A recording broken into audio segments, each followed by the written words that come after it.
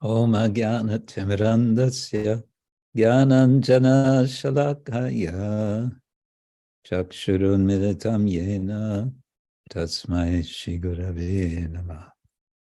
Shri Chaitanya Manobishtam Sthapitam Yena Bhutale Svayam Rupa Kadamahyam Dadati Svapadantikam Vandeham Shri Guru Shri Uttavadagamanam Shri Gurun Vaishnavangscha Shri Rupam Sagrajatam Sahagana Raghunatam Vitantam Sajivam Sadvaitam Savadutam Parijana Sahitam Krishna Chaitanya Devam Shri Radha Krishna Padan Sahagana Lalita Shri Krishna Kanvitangscha Nama Om Vishnu Padaya Krishna Prestaya Bhutale Srimate Bhaktivedanta Swamin iti namine. Namaste Saraswati Deve Gaudavani Pracharine Nirvishesha Shunyavadi Paschatya Deshatarine Vancha Kalpatarubhyascha Kripa Sindhubhya Evacha Patitanam Pavanebhyo Vaishnavebhyo Namo Namaha. He Krishna Karuna Sindhu Dinabandhu Jagatpate Gopesha Gopika Kanta Radha Kanta Namostute Tapta Kanchana Gaurangi Radhe Vrindavaneshwari Rishabhanu Sute Devi Pranamami Hari Priya. Jai Shri Krishna Chaitanya Prabhu Nityananda Shri Advaita Gadadhar Shivasari Gaura Bhaktavinda. Hare Krishna Krishna Krishna Hare Hare Hare Rama Rama Rama Hare Hare Hare Krishna Krishna Krishna Hare Hare Hare Rama Rama Rama Hare Hare. Om Namo Bhagavate Vasudevaya. Om Namo Bhagavate Vasudevaya. Om Namo Bhagavate Vasudevaya. Narayanam Namaskritya Naram Chaiva Narottamam Deving Saraswating Vyasam Tato Jayamudiraye Nashta Prayeshvavadreshu Nityam Bhagavata Sevaya Bhagavati Uttama Shloke Bhaktir Bhavati Naishtiki. So I'm happy to be with you at a slight distance. Good morning to all of you in Gita, Nagari, and environs from central Poland. Today, according to our calendar, our zone is I believe it's Ramanujacharya's appearance day, so that's something. He appeared more than 1,000 years ago. Is that what they celebrate? Yes. Yeah. And today we'll celebrate first by reading Srimad-Bhagavatam. What better way to celebrate? Canto 5, Chapter 3, texts 4 and 5. Interesting that it says 4 and 5. Oh, I see. These are not verses. This is prose. This is the sages. No, this is priests. Ṛtvija. This is where we get the word Ritvik. Depending which club you belong to, either it's a much appreciated word or it's a much unappreciated word. But Ritvik just means priest, and Ṛtvija is plural. So Ṛtvija ūcuḥ arhasi muhur arhat-tamārhaṇam asmākam anupathānāṁ namo namaha iti. Etāvat sad-upaśikṣitaṁ ko arhati pumān prakṛti-guṇa-vyatikara-matir anisha ishvarasya parasya prakṛti-puruṣayor arhat-tamāvir nāma-rūpākṛtibhī rūpa-nirūpaṇam. That was verse, which is not a verse, 4. And then number 5 is Sakala jana-nikāya vrijana nirasana shivatama pravara-guṇa-gaṇa eka-deśa katanat ṛti. All of which means, I think I'll save us from all the word for word. You can perhaps read that on your own and go to the translation.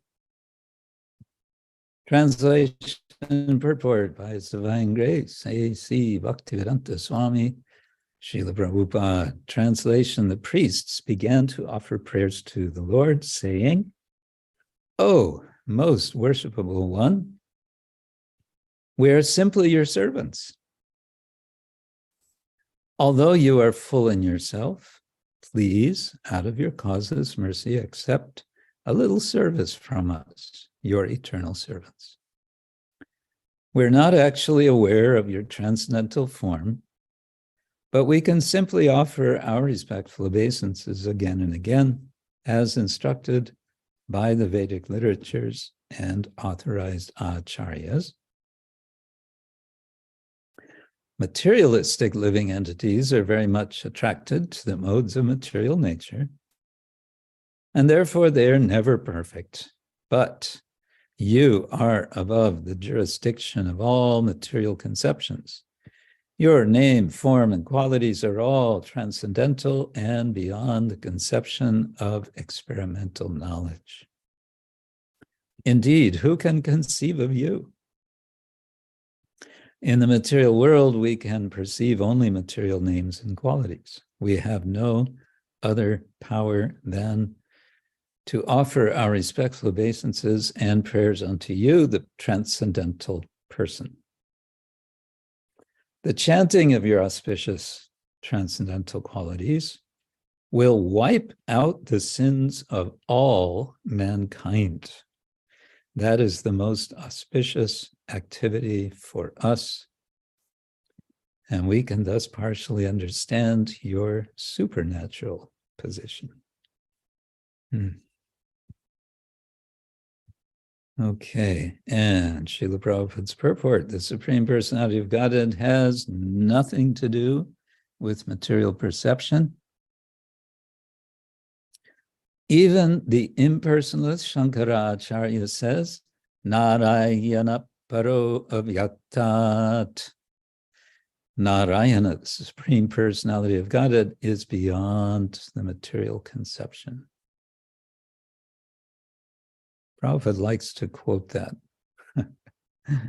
Even Shankara says, Shankaracharya. We cannot concoct the form and attributes of the Supreme Personality of Godhead. We must simply accept the description given in Vedic literatures about the Lord's form and activities. As stated in Brahma Samhita, everyone together, Chintamani prakara satma sukalpa vriksha laksha vritesha surabhira vipalayantam lakshmi sahasra shatasam brahmasevyamanam govindam adi purusham tamaham bhajami. I worship Govinda, the primeval Lord, the first progenitor, who is tending the cows, yielding all desires in abodes built with spiritual gems and surrounded by millions of purpose trees. He is always served with great reverence and affection by hundreds and thousands of goddesses of fortune. We can have some conception of the absolute truth, his form and his attributes, simply by reading the descriptions given in Vedic literatures and authoritative statements given by exalted personalities like Brahma, Narada, Shukadeva Goswami, and others. Srila Rupa Goswami says, Atashi Krishna namadi nabhavet grahyam indriyai. We cannot conceive the name, form, and qualities of Sri Krishna through our material senses. Because of this, other names for the Lord are adhokshaja and aprakrita, which indicate that he is beyond any material senses. Out of his causeless mercy upon his devotees, the Lord appeared before Maharaj Navi. Similarly, when we are engaged in the Lord's devotional service, the Lord reveals himself to us. Sevon muke hi jihvado svayameva spuratyadaha. This is the only way to understand the Supreme Personality of Godhead as confirmed in Bhagavad Gita, Bhaktya mam abhijanati yavan yas chasmi tattvataha. One can understand the Supreme Personality of Godhead through devotional service.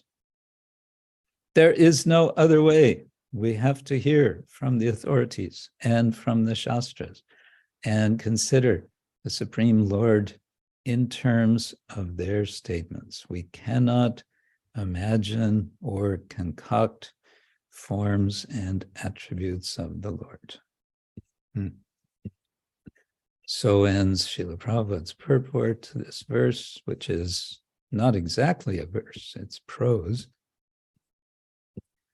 And it's one of quite many prose passages in the 5th canto. I believe also 6th canto, there's some prose. And we might wonder about that a little bit because most of the Bhagavatam is in verse form. So one might well ask, how does it happen that suddenly we come to these prose verses? And the answer is for variety's sake, I would say. The Bhagavatam gives actually a great variety of poetry, types of verses from anushtup, the short 8-syllable, to much longer verses. I think there are some 25 different verse forms in the Bhagavatam. And in effect, with these prose sections, it's saying, yes, and we can also discuss the Supreme Lord and his devotees and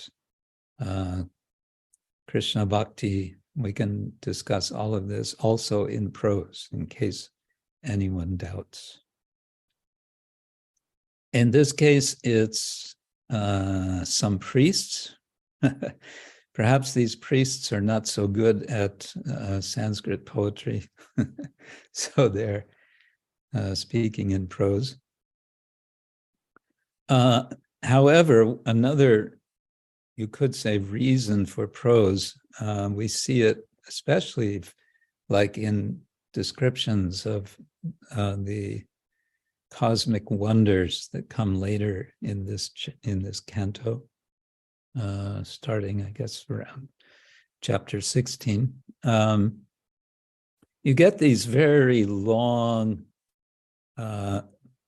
compounds, Sanskrit compounds. So if you scroll back, you can see the last part of this, which is verse number 5, which is not a verse. Sakala jana-nikāya vrijana nirasana shivatama pravara guṇa-gaṇa eka-deśa katana. That's all one compound, or samasa, as it's called in Sanskrit. And that's something facilitated especially by by prose. You can make long compounds. Why would you want to make long compounds? Well, they can be kind of fun. They can also be a way of showing multiple ways of understanding, because the nature of compounds in Sanskrit is that they can be read in many different ways. Why that's the case, maybe I won't go into that. It has to do with the Sanskrit. Well, just briefly, it's because when you have a compound, except for the very last word in the compound, you don't have any grammatical endings. And because you don't have any grammatical endings, you can sort of take the grammatical ending that you like to make it one relationship or another relationship, because grammar is kind of about, it's very much about relationships between words and therefore meanings. So what? Well, this last line, sakala jana-nikāya, etc. What's the point of that particular line? We might make an attempt at understanding it. Prabhupada's translation is the last sentence. The chanting of your auspicious transcendental qualities will wipe out the sins of all mankind. So he kind of condenses it that way. But we could look a little closer. Sakala means all, jana, people, nikāya, jana-nikāya, Prabhupada translates as all mankind. We might, in modern language, want to say all humankind, just to sound gender neutral. But it has this idea of nikāya, has the idea of being quite inclusive, an assembly of all the janas, all the people. And vrijana, Prabhupada translates as sinful actions. I looked it up. It can mean also crooked. Crooked.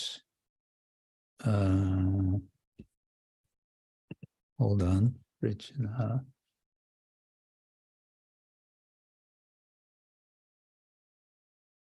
Yes, bent, crooked, false, deceitful, can also mean curled hair. Okay,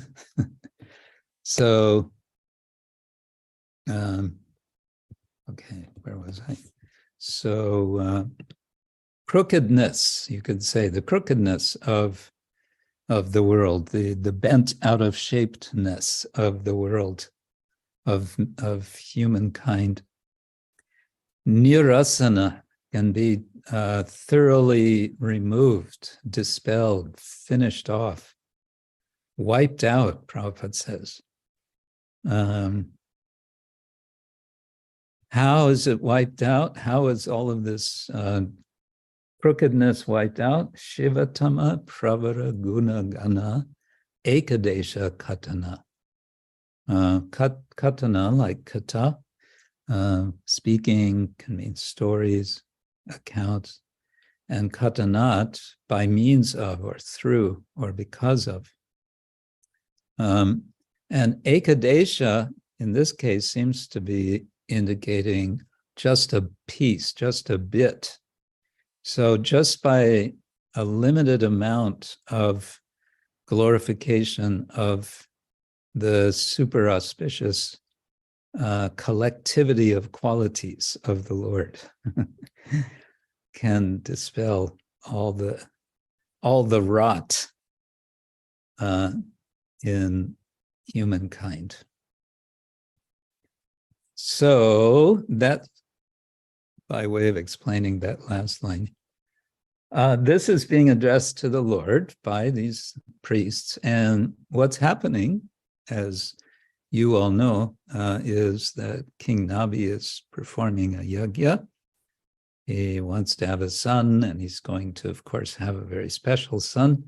His son is going to be none other than Rishabh-deva. And the cool thing is that the Lord directly appears, which reminded me of how in Govardhan Lila, the Lord directly appears. Of course, he's there as the small boy, but the kind of significant appearance in terms of what's going on in that Lila is that the Lord appears in this giant form as personified Giriraj. And this is a response to, or it's a kind of demonstration by Krishna of the rightness of his recommendation, his request. 7-year-old Krishna had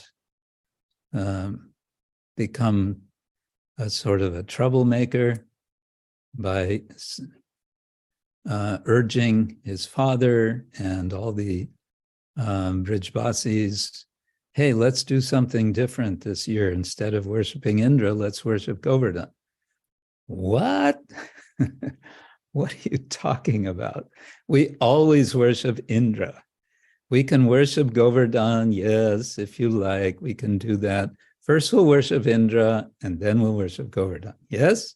No, Krishna says, let's forget about Indra and let's just worship Govardhan. And he gives his sort of quasi-karma mimamsa reasons for it. And one of the arguments that comes up is, when did you ever see Lord Indra? You've been worshiping him every year since time immemorial. But did you ever see him? Well, actually, no, we've never seen him. Well, look at Govardhan, and you will see Giriraj himself, personified Govardhan, appear. And so the Giriraj very much appears in this amazing, according to, I guess it's Jiva Goswami, in a kind of multi-armed form, in which he stretches out his many arms simultaneously to accept all the offerings of the Vrajavasis. The Annakuta is, huge offerings, not one pile, but piles upon piles upon piles of offerings, food offerings, wagons full. I was just at Govardhan a few weeks ago, in February, and before that also in November. And by the way, you might be interested to know, if you haven't heard already, there is now just freshly opened last October, a brand new, squeaky clean Govardhan Retreat Center. It's on the western side of Govardhan, toward the south, maybe 1 kilometer north of Jatipur. And this was the inspiration of His Holiness Sachinandan Swami and His Grace Purijan Prabhu, who have been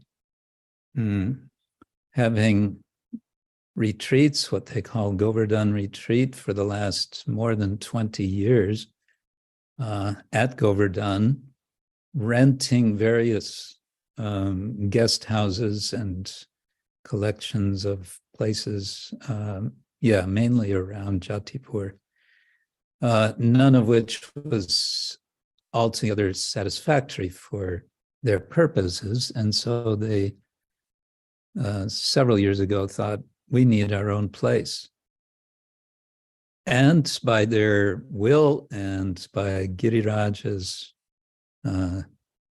reciprocation, as they understand, as we can understand, now this place is there, and it's quite a very nice place. It has facility of something like 250 beds, double rooms, and mainly double rooms, and some rooms with 4 and some with 6 places, and a big, very large assembly hall which holds, I don't know, maybe 500 people, and a big prasadam hall, and so on. And all of this is just, like 300 meters from Govardhan Hill. And you can see Govardhan Hill from the compound of Govardhan Retreat Center. Okay, that was a footnote.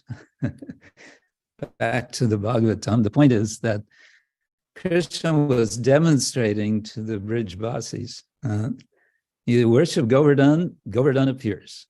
And you worship Indra, don't expect Indra to appear. So in the case of Nabi,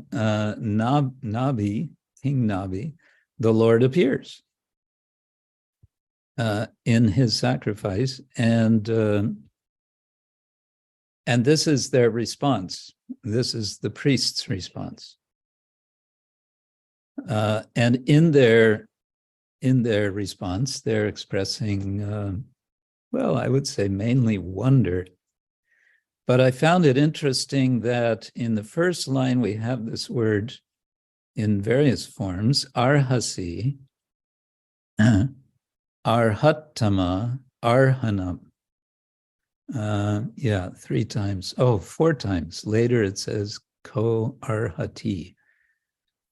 So what is that? We might want to look at this a bit. Prabhupada translates arhasi as please accept. A more literal translation could be you deserve. Generally, arhana has to do with deserving. And you might have noticed, if you ever encountered something related to Buddhism, that we have the word arhat-tama. The word arhat is common to Buddhist traditions. I would say especially the earlier Buddhist traditions, the Theravada.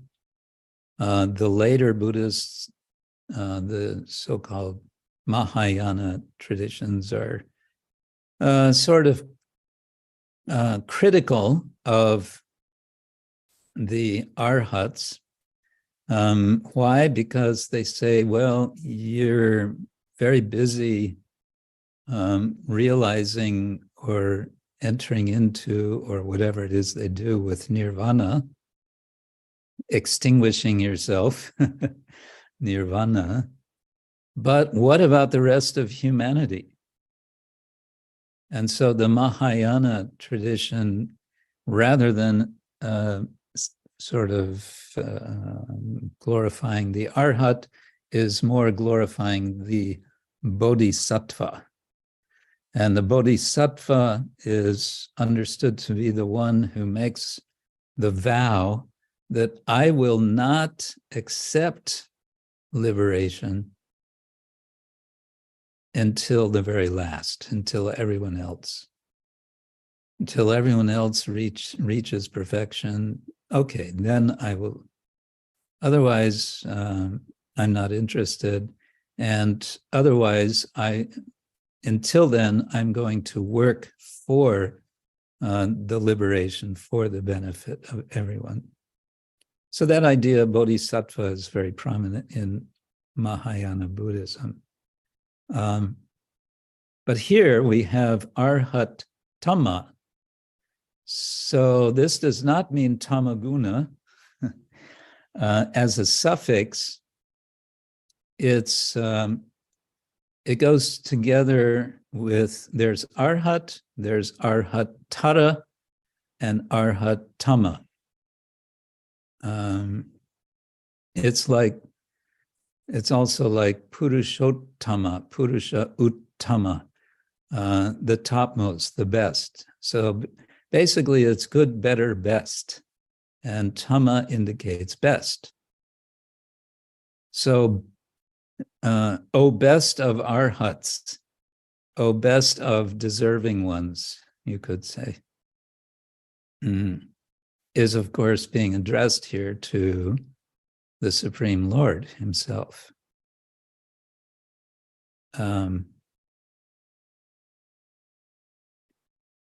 So I thought that's interesting, that the Lord is being addressed as arhat-tama.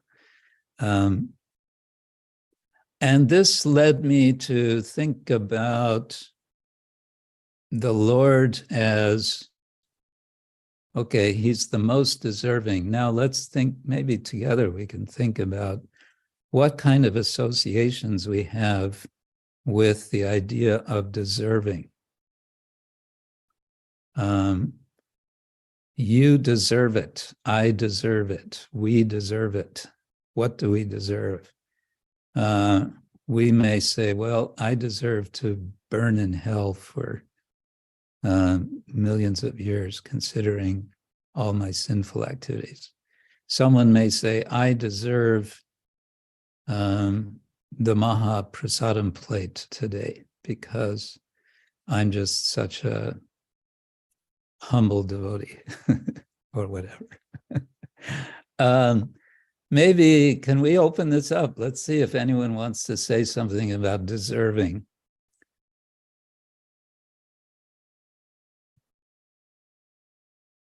Any thoughts on what it means for us? Because we generally think, we don't think in terms of deserving. Well, We since, think in since terms Krishna, of mercy. since Krishna says I reciprocate accordingly, I don't deserve any more than what I get. Okay, I don't deserve more than what I get. Why do I deserve what I get? That's a good question, because Krishna says that I reciprocate accordingly. Tamstataiva bhajamyaham. So I leave it up to him to decide what is worthy and what is not. Okay. Good. Taraka Prabhu?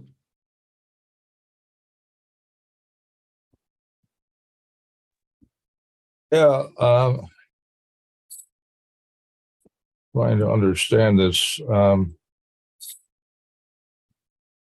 Give me one moment.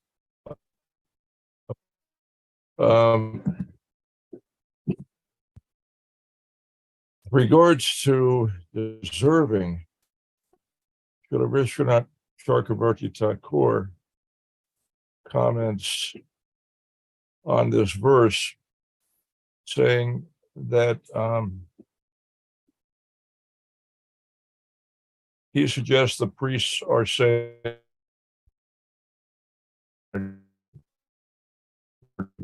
here, they're saying, though you are complete, you should accept our offerings, since we are following the path of bhakti yoga, anupathānāṁ.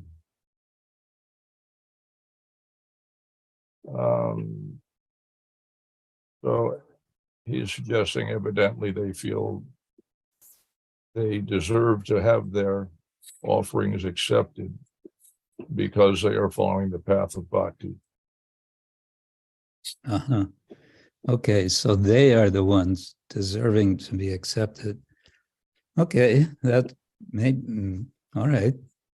But it's the Lord who is referred to as arhat-tama, so that's interesting.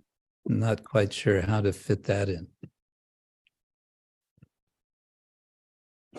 We can puzzle over that. Anyone else? Any thoughts on this? Anyone want to join in the fray? Hare Krishna. Yes.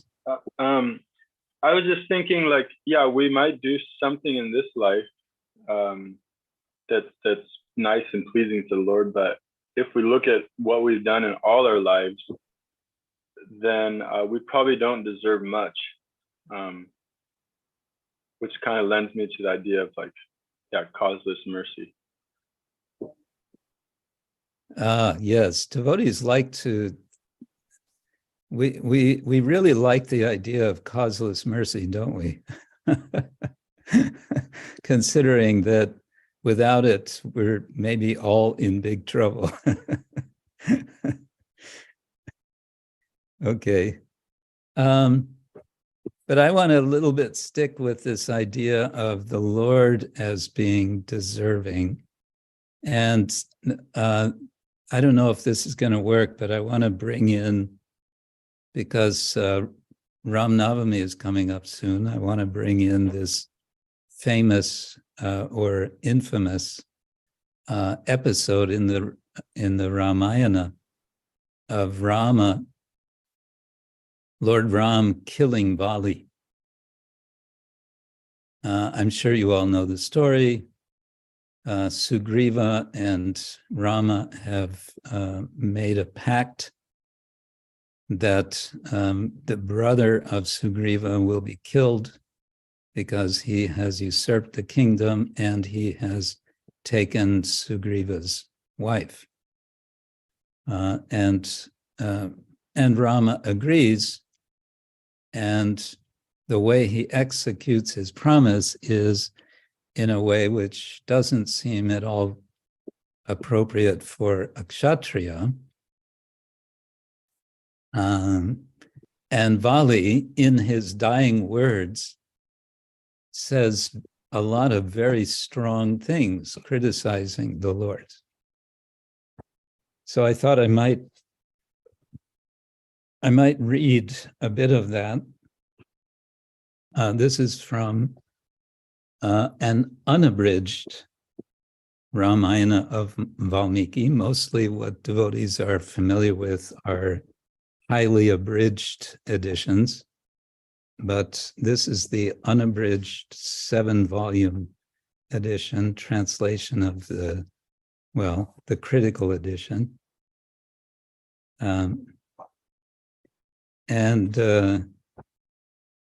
So it's kind of interesting how Vali speaks to Rama.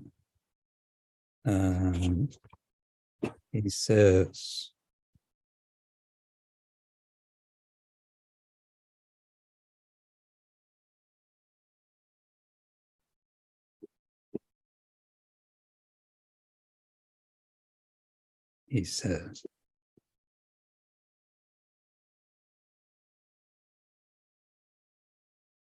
because of you, I have met my death while in the heat of battle with someone else. What possible merit have you gained by killing me when I wasn't looking? And then he quotes about Rama's reputation. He says, Rama is well-born, virtuous, powerful, compassionate, and energetic. He has observed vows, knows pity, is devoted to the welfare of the people, knows when to act, and is firm in his vows, unquote.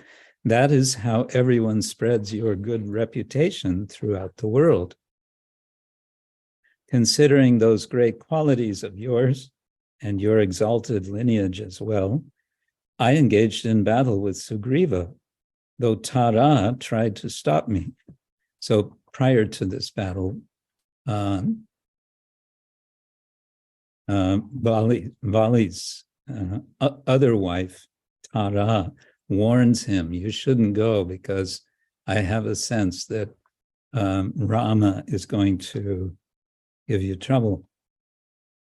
Since I didn't see you, I had no idea you would strike me when I was in the heat of battle with another heedless of you. I did not know that your judgment was destroyed and that you were a vicious evildoer, hiding under a banner of righteousness, like a well overgrown with grass.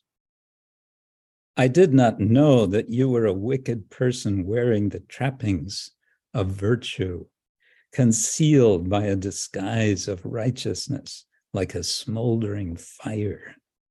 I did no harm either in your kingdom or in your city, nor did I insult you. So why did you kill me, an innocent forest-ranging monkey, living only on fruit and roots, when I had joined battle here with someone else and was not fighting against you?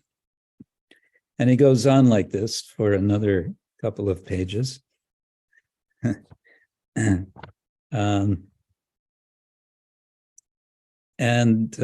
Rama listens to him, and then it's Rama's turn to respond.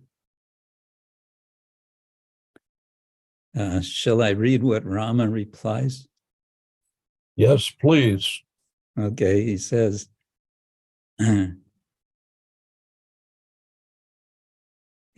to Vali, he says, how can you who do not understand righteousness, statecraft, pleasure, or even worldly conduct in your foolishness reproach me here today?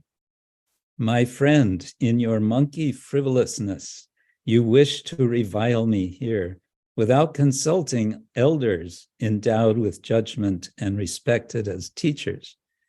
This earth with its mountains, woods, and forests belongs to the Ikshvakus, as does the right of punishing and rewarding its beasts, birds, and men. That's an interesting notion, punishing birds and beasts. There were in the Middle Ages trials held in Europe against certain animals that were taken as the cause of damage or death to human beings. Whole trials were held against pigs, for example. He is a king who knows the proper place and time for action. In him are well established both statesmanship and humility, as well as truth and valor, as prescribed in sacred texts. And he goes on like this. And then he says, I am serving the king who is Bharata. He's identifying his brother Bharata as the king, and he says Bharata's mission is to establish Dharma throughout the land, and that's, as his subject, that's what I'm doing.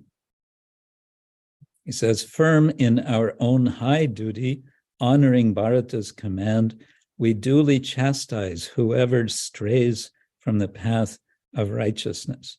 But you violate righteousness. This is the translator's word for Dharma, and are condemned by your actions. You are engrossed in the pursuit of pleasures, and you have not kept to the path of kings. And he explains more specifically, he has taken the wife of his younger brother, and he says he gives a list of reasons that someone can be killed, and one of them is that. It seems to come from some Dharma Shastra. So like this, he goes on, and in the end, Vali says, oh, actually, you're right. I got it all wrong. You are acting. You are acting righteously, and I accept what you say, and I surrender. And it is rightly done that that I am killed, and so on. But despite his accepting this, the course of the tradition of Ramayana presentation, there's always been a kind of nervousness with how Rama has killed Vali, because of the fact that he does it from a place of hiding. So I bring this up just because I think it's an interesting, in the context of reflecting on the Lord as arhat-tama, as the most deserving. He is perfectly deserving. And this led me, maybe I can add one more comment, which kind of leaves me wondering, is it here? Yeah.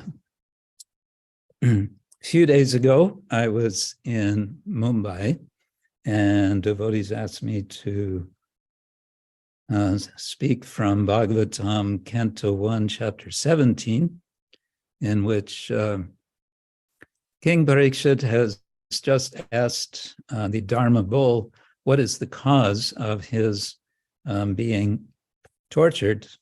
And as you know, the Dharma bull says, well, it's really hard to say.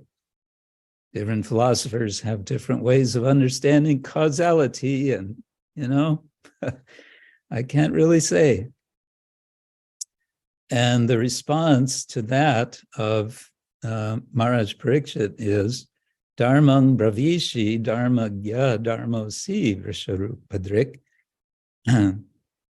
You speak dharma, dharmam bravishi.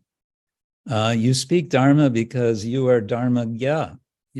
You are the knower of dharma. And dharma asi, you are dharma. Vrisharupadrik, in the form of a bull. And then he says, Yat adharma krita stanam suchakasyapi tat bhavet.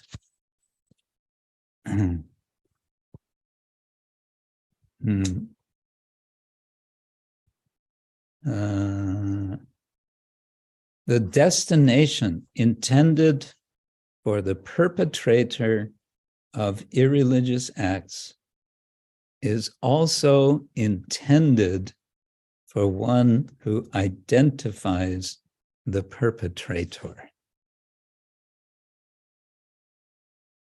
So he's saying you are Dharma personified because you understand this point about Dharma, that if I'm pointing you're the cause of this crime, or you have committed this crime, then I'm putting myself in a position, if I'm an accuser, of suffering the same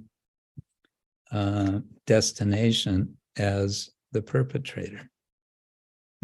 Interesting.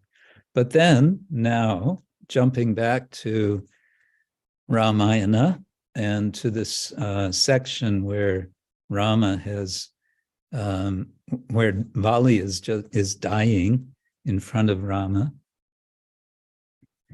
Vali says, I think it's Vali, must be Vali, says, neither he who inflicts punishment on one who deserves punishment, nor he who is punished when he deserves punishment perishes. Each serves the due process of justice. So neither of them perish. If I do something wrong and I'm punished, I don't perish. I don't get destroyed. And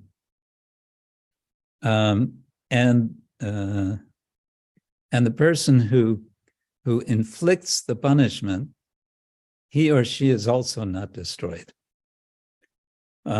What's really happening, he says, each serves the due process of justice.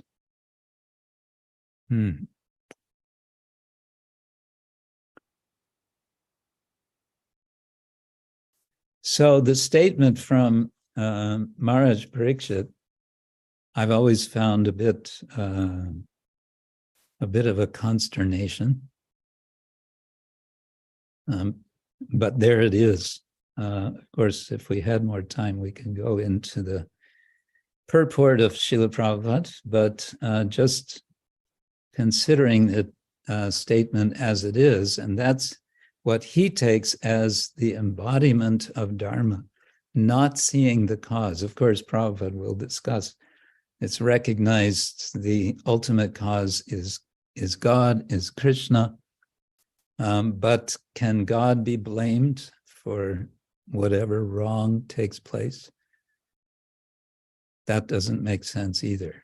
And so you have the case of Bhishma with Krishna standing right in front of him as he's in his last moments explaining to Yudhishthira what is the cause of all this trouble that they've had. And the actual cause was that Krishna has given his blessings.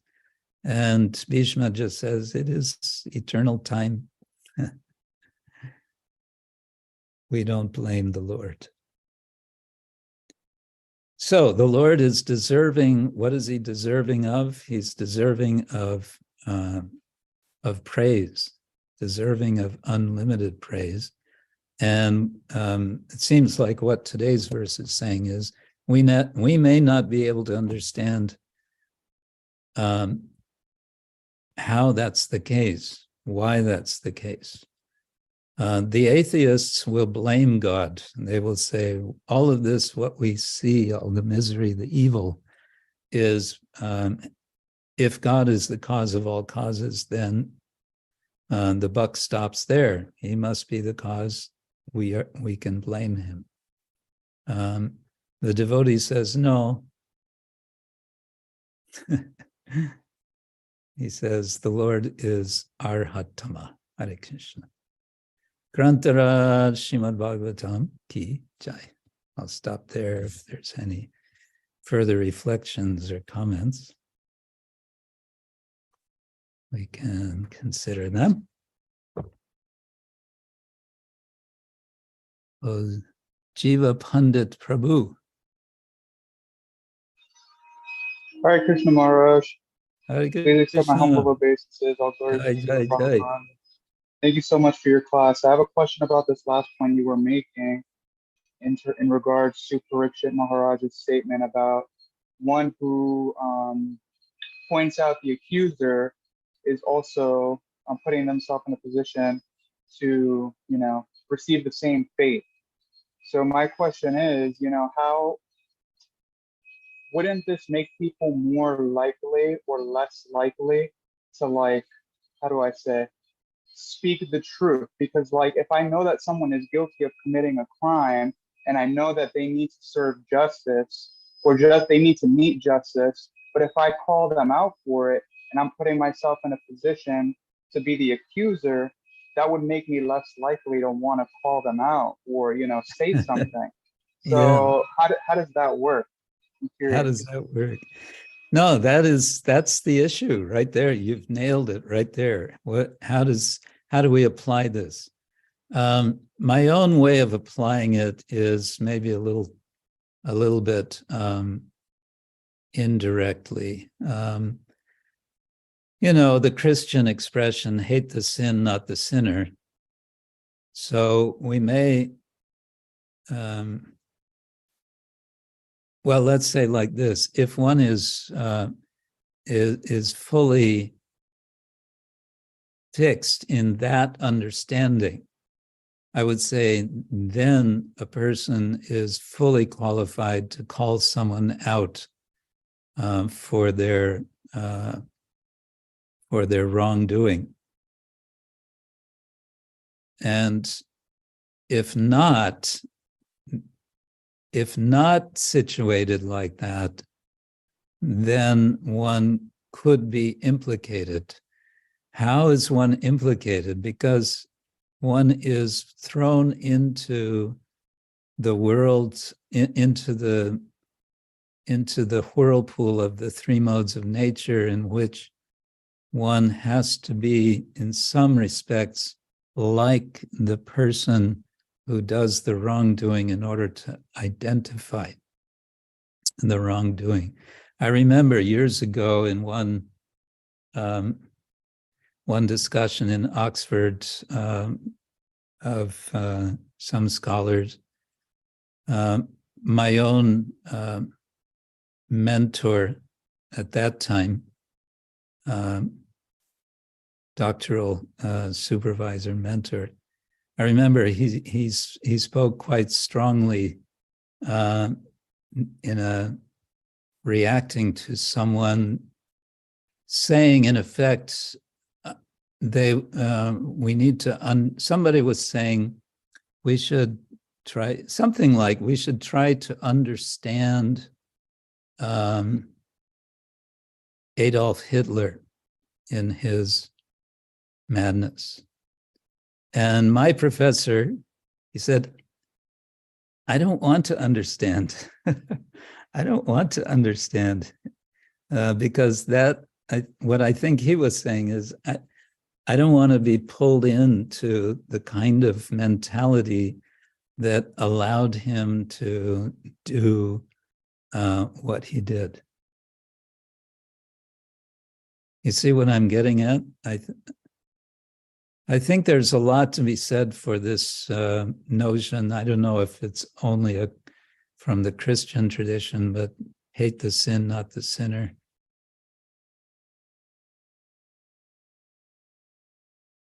But for me, it puts a lot into sort of a healthy perspective. It's difficult sometimes. Somebody does something really, really wrong, really nasty.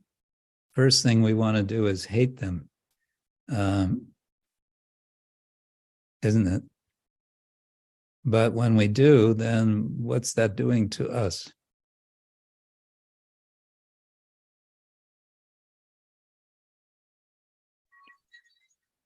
Hare Krishna. So I think I understand kind of what you're saying. I just want to make sure I do.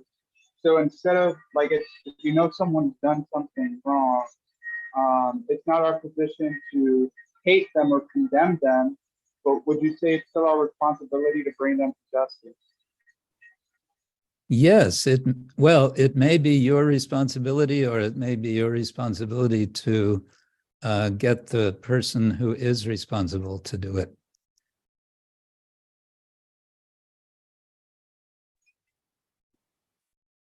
So yes, responsibility is there. You know, the word responsibility I find helpful to think of as ability to respond. So if we have an ability to respond to a situation, and it's appropriate for us to respond, then we should respond. But the position for ourselves to be in mentally and emotionally, at least we should be striving for, is that we're not hating the person, we're hating the sin. It seems to me this is what's being said.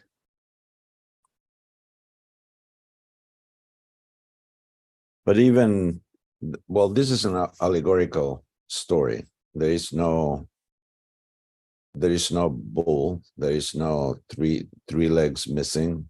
This dialogue is instructive, and Maharaj Parikshit's reaction is to take the sword out of his shield, and he's ready to punish whomever is whomever is the guilty party.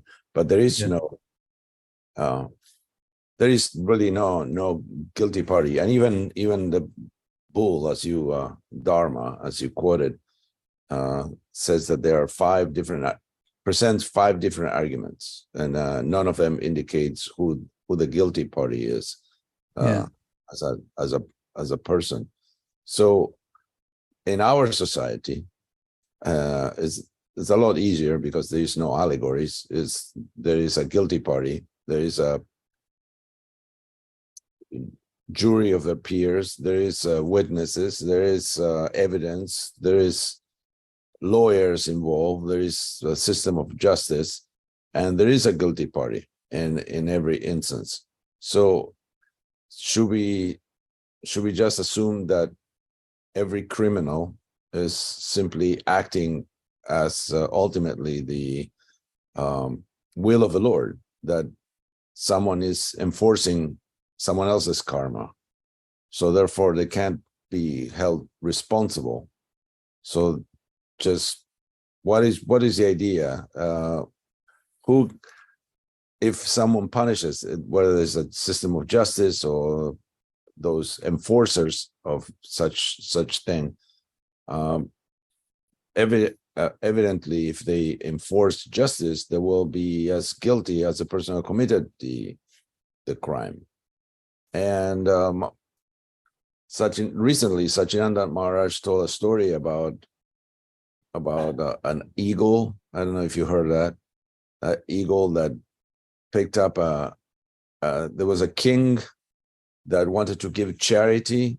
He was very much into giving, so he decided to feed personally everyone in his kingdom, at least in his city, I guess. And as he was passing out bowls, like the original Food for Life thing, there was an eagle carrying a poisonous snake. And is described in the scriptures that even saintly people are happy when a poisonous snake is killed.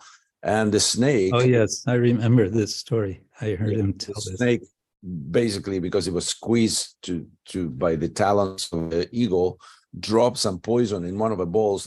Exactly the bowl that was the king was about to give to someone, and he gave it to someone, and that person died. So. Yeah. So apparently Yamaraj and Chitragupta showed up, and they had no idea who to punish, because it was the cook because he made the food, the serpent because he dropped the poison, the eagle because he picked up the serpent, the king because he distributed charity that was poisonous. They had and they had no clue, and until one person started blaming, is the king. The king is the one who should be punished. Then they say, okay, the choice is pretty easy. The guy who's blaming the king, that's a guilty party. This is the guy who should be punished. So can you unravel this Gordian knot and we get a bit less of a mess? Probably not to anyone's satisfaction, but I think what we want to get at from or get out of the allegory is it's a cautionary tale in the sense that there is a tendency in every society, and I think this is something that anthropologists talk about. There's a tendency at scapegoating,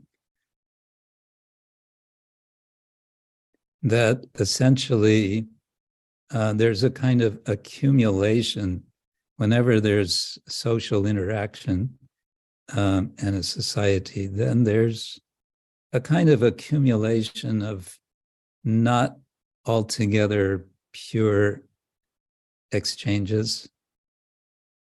And that sort of accumulates, and then there's a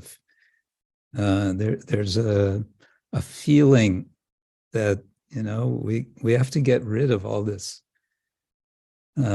cloud of our imperfection.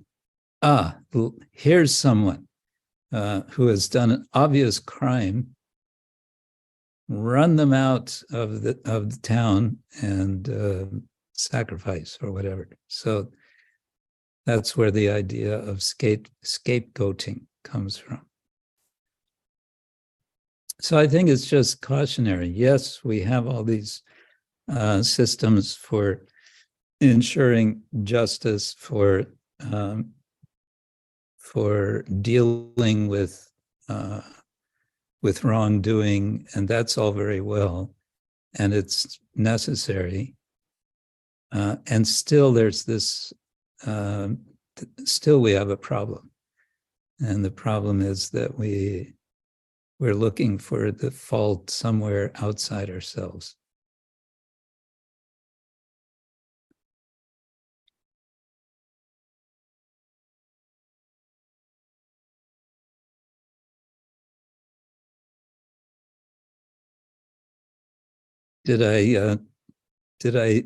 Was I able to do anything positive with the Gordian knot?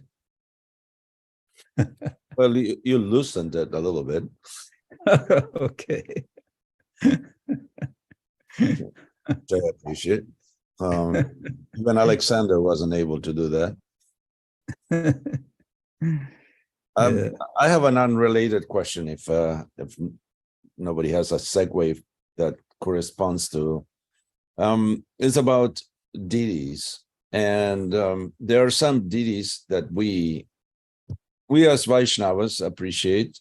Archana in all its different ways. Even if people worship like Gopishwar Mahadev, who is not in our tradition, but it is because, if the gopis or Lord Chaitanya pray to Shiva for increased bhakti, this is okay.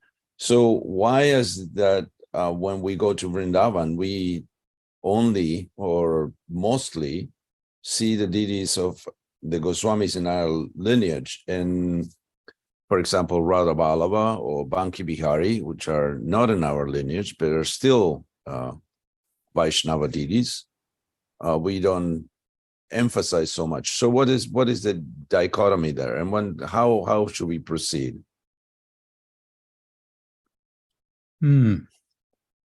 Well, you mentioned Radha Vallabha, and I think most ISKCON devotees are not even aware of this temple, the Radha Vallabha temple. It's a quite large temple, very close to Banki Bihari, and they have very beautiful deity worship, and they have an amazing Samaj Gayana tradition. Shri Radha Damodara ki jai.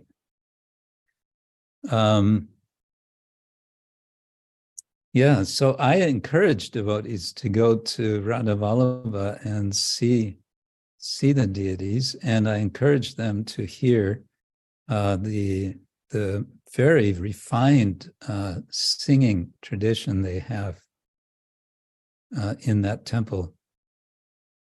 So I can't generalize for others. I can just say for myself, this is this particular temple I find very, very inspiring. They have a very different theology. I've spoken with a couple of their senior priests, very friendly people speaking nice English. And I also spoke with Radhanath Swami, who has also been there and also appreciates them. And he says, yes, they have very interesting theology. It's very different, but it's also nice. So, I would say they are, they're the original Vaishnav Shaktas. They say that Srimati Radharani is ontologically superior to Krishna. And like that, they have some interesting ideas. So, also when devotees go to Vrindavan, we go to Govardhan, we go on Parikram, we go to Varshana. And we have darshan of what are the deities called? Larali, Larala. So they're not our sampradaya. They're I don't know if they're Narayana Bhakta. I don't know the story there. We might go to Nandagaon and see Krishna Balaram. There another Goswami, we might say Jati Goswami. I think the point, it was nicely made by one of my godbrothers many years ago. I was spending a bit more time in Vrindavan as I was researching for my dissertation on Radharaman. And I got to know a godbrother who he has his own place quite close to Radha Gokulananda. And he said, I live here, yes, but he said, Krishna Balaram Mandir is my father's home, and therefore it's my home. And I feel that's my home, that's my base, that's where I belong.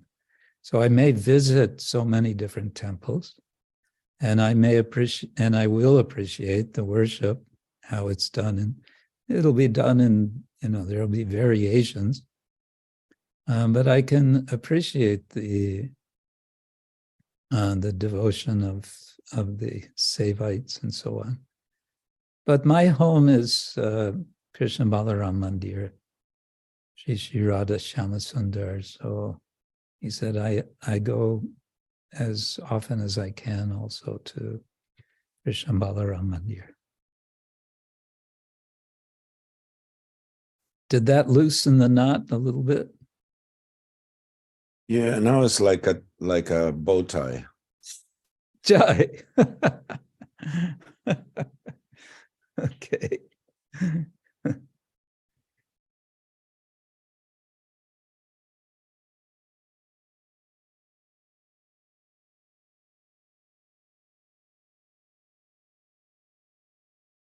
Well, I guess we have taken enough of your valuable time, and we are very glad that you conceded and gave us your association. And if there are no further questions, we will let you go. So this is the last call. Those who can hear the bell. Just Tarika's raising his hand. Yeah, I have two questions that have been thinking about this for a while. I'm just trying to understand some things about you personally. I first met you through Harikesh Prabhu many years ago in New York. And at that time, we had a brief discussion in German. And since that time, I have wondered, how is it that you came to know German? How did you come to be in Germany? How did you come to know Harikesh? I'm just curious about some of your history. Oh, okay. I'll try to keep this brief. So in high school, there were options to take different second languages. If you wanted to go to university, you had to, prepare a second language. So I chose German. Why I chose German? My older brother had taken German. And so, I don't know, I just felt like it seemed like a kind of cool language. So I had 3.5 years of high school German. And then I had another, I guess, 1 semester of German at university. And then, as one did in 1972, when the Vietnam War was going on, and one did not want to be drafted into the army. One stayed in the university to have so-called student deferment until one got a signal that it's possible to leave the university without getting drafted because of a change in draft policy. So after 2 years of university feeling like it's time to see the world, that's what I did. Went off to Europe, ended up in Germany, and at a certain point thought, where do I think I'm going anyway? Maybe it's time to check out the Hare Krishnas, whom I had seen and heard day after day after day at my university, the University of California, Berkeley. Maybe I should check out those Hare Krishnas because, let's face it, they always looked happy. And let's face it, we're not happy. So where would the Hare Krishnas be if they're in Europe? Well, if I were a Hare Krishna, I would go to a place similar to Berkeley. That would have to be University of Heidelberg, which is one of the older universities of Europe. So I went there, and the first thing I heard walking into Altstadt was ching, ching, ching, ching, ching, ching. There was Shivananda Prabhu, Prithu Prabhu, and one other devotee. And basically, I just kind of joined them the next day. 2 weeks later, I was initiated by Srila Prabhupada in Paris, went back to Germany. Yeah, then 1976, Harikesh he came into Germany, having been preaching in Hungary at one event. Prabhupada said, stay there, preach in East Europe. So after some time, I kind of joined his team of devotees preaching in East Europe. Yeah, and staying in Germany, of course, then the 4 years of school German did me well so that I could actually start learning the language proper. That's basically the story. That's great. Thank you very much. I have a clearer understanding, and that's an amazing story that you were initiated after 2 weeks. Well, that was I realized that was Hansaduda wanting to make a good showing to Srila Prabhupada. I didn't understand it at the time, but years later, I could see what had happened, because it was literally the day that I met Hansaduda on our way to Paris via Hamburg, which is geographically not on the way to Paris from Stuttgart, where I was. But on that very day that I met him, he asked, would you like to be initiated? I was not the only one he was asking. There were a few other bhaktas. He said, how would you all like to be initiated? And everyone kind of went, yeah, why not? And so we all marched over to Paris and sat before the fire. Wow. So you were involved with that effort to preach in Eastern Europe. Did you rub shoulders with Devamrita Swami at that time? Yes, he and I were traveling partners at times, especially in Poland. I only remember being with him in Poland, but I guess East Germany also. I also traveled very briefly with Bhakti Tirtha Maharaj in Austria and East Germany because I could assist as a translator for him.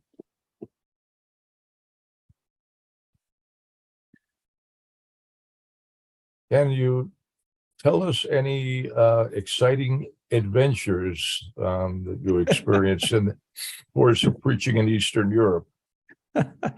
Hopefully involving the Stasi. Huh? Hopefully involving the Stasi. The Stasi, oh. That's the secret German, East German police for those. East German police, which Putin was a part of.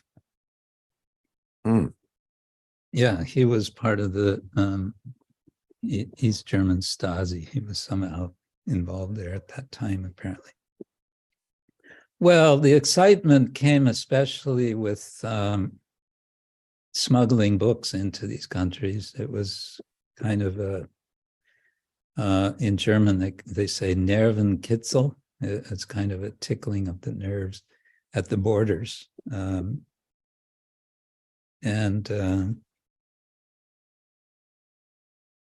Yeah, it's hard to explain how we would do that because one has to go into quite some detail.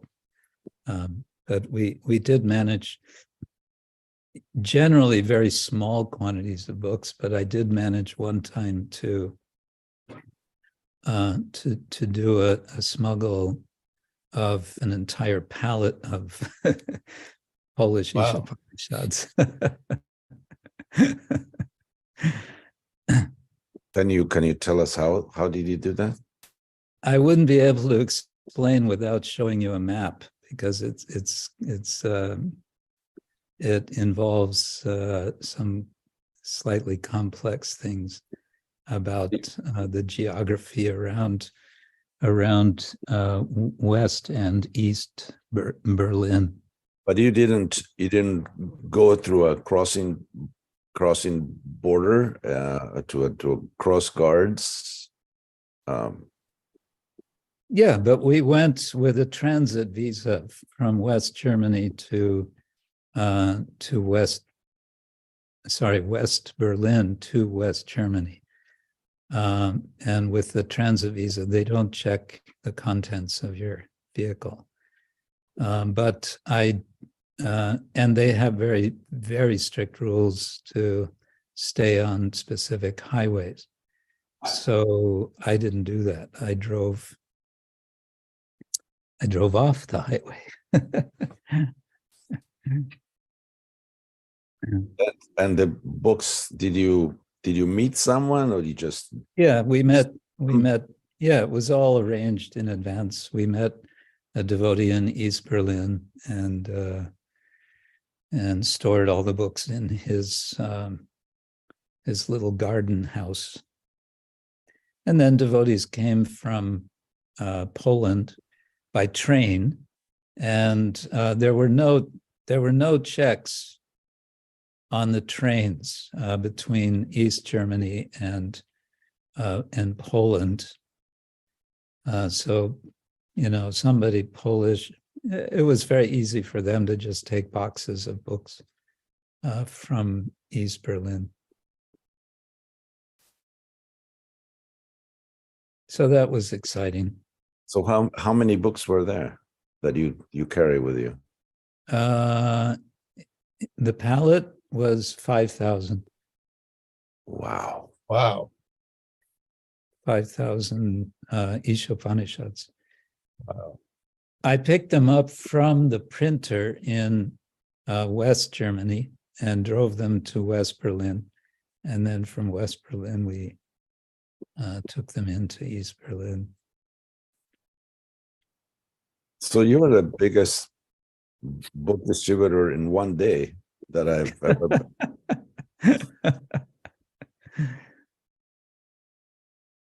Well, I don't know if it was a reaction to this or not, but then, yeah, it must have been after this.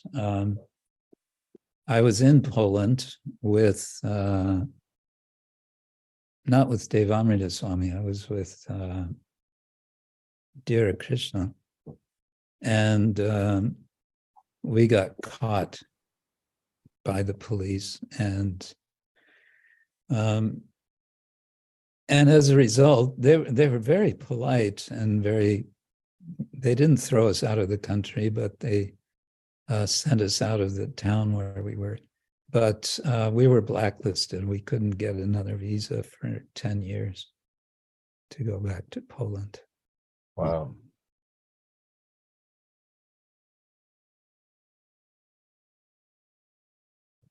Very exciting. Those were exciting times. A lot of amazing things happening. We used to say there are three Vaishnava sports. There's swimming, there's wrestling, and there's book smuggling.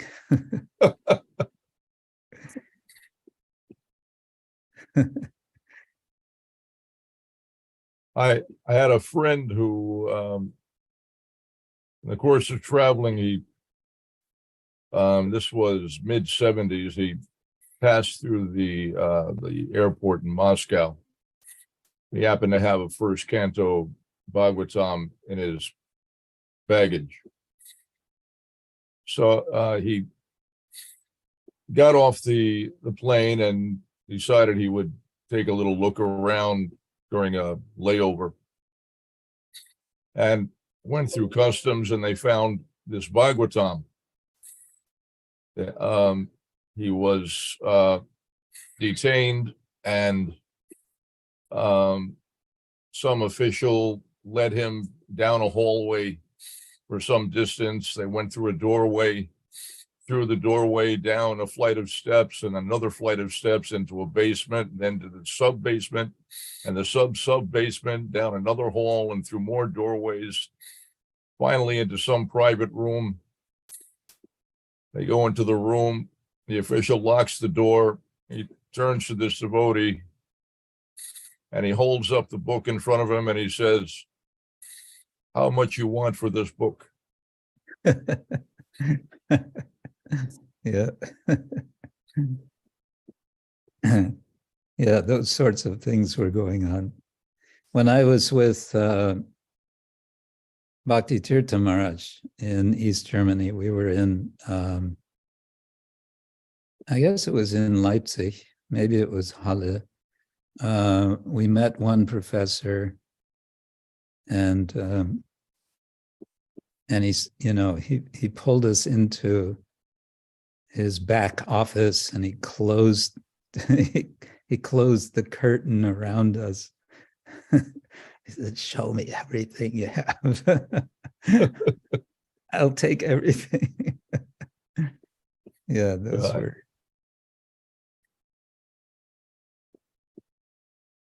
Nice. Okay. So thank you all for this opportunity. And Thank you. All glories to your services. Shri Shri Oh, Radha Damodar Ki Jai. I'd like to say one more thing. Huh. I apologize that I still have not found the time to thoroughly read your book, the cow book, but I have spent more time with it. I've looked through it more deeply, and I am incredibly impressed. It is, you address so many topics and so thoroughly, so deeply and thoroughly researched and expressed so articulately. It's an amazing work. I was astounded the more I dug into it. It just seemed to be an extraordinary amount of work to produce that. How long did it take you to write that? It was a 2-year project, and I felt like it was not at all enough time. I felt like I was just scratching the surface. But the publisher's contract gave me only 2 years. So that's what I came up with. Wow. But I think it's really just a kind of introduction to the subject, and it really begs for a lot more sort of hardcore research into the economics of cow care. But I'm working on something else now for the same publisher. Again, I got a contract now to write a book called Yoga and Animal Ethics. So I'm working on that now. Well, I'll look forward to that. Yeah, really impressive work, very scholarly. I think Srila Prabhupada would have been very pleased had he had the chance to see what you produced. Thought it was very nicely done. Thank you. Jai Jai. Okay, now as it is customary with the Gita Nagari guest speakers, we'll ask the devotees to unmute themselves and offer their gratitude. So in my name, Hare Krishna, thank you so much for giving us your association. Krishna Maharaj, thank you. Thank Thank you so much. Hi. Krishna Maharaj, Hey. thank you so much. So Hare grateful. Krishna Maharaj, thank you. Gita Nagari Yatra ki jai. Jai. Srila Prabhupada ki jai. Jai. Thank you, Maharaj. Thank you, devotees. Hare